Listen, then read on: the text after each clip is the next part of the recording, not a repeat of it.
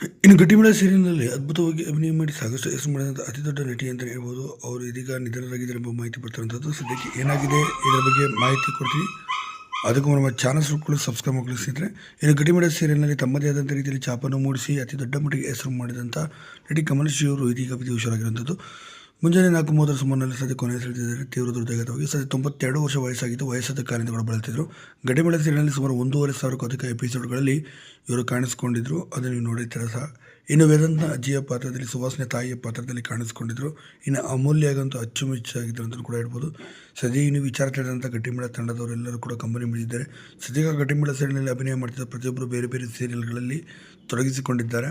ಆದರೆ ಆ ಸೀರಿಯಲ್ನಲ್ಲಿ ಇರುವಂಥ ಬಾಂಧವ್ಯ ಯಾವ ಸೀರಿಯಲಲ್ಲೂ ನಮಗೆ ಸಿಕ್ಕಿಲ್ಲ. ನಿಜಕ್ಕೂ ಕೂಡ ಕಮಲೇಶ್ ಅಜ್ಜಿಯವರು ಸ್ವಂತ ಅಜ್ಜಿಯಷ್ಟೇ ನಮಗೆ ಪ್ರೀತಿ ಕೊಡ್ತಿದ್ರು ಅಂತಲೂ ಕೂಡ ಹೇಳ್ಕೊಂಡು ಭಾವುಕರಾಗಿ ಕಣ್ಣೀರು ಹಾಕಿದ್ದಾರೆ.